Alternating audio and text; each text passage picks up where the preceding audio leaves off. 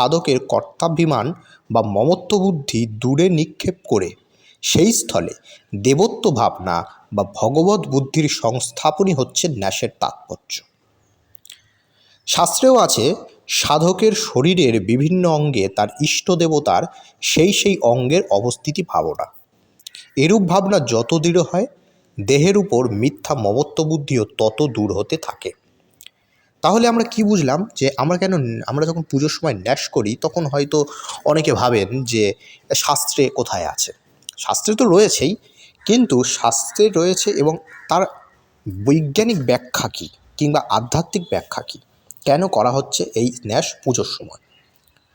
কারণ দেহ সম্পর্কে আমাদের চিরদিনই একটা কর্তৃত্ব অভিমান আছে এবং মমত্ব একটা বুদ্ধি আছে, যে আমি এই ভাবটা রয়েছে। এই ভাবটি আমাদেরকে পূজাস্থলে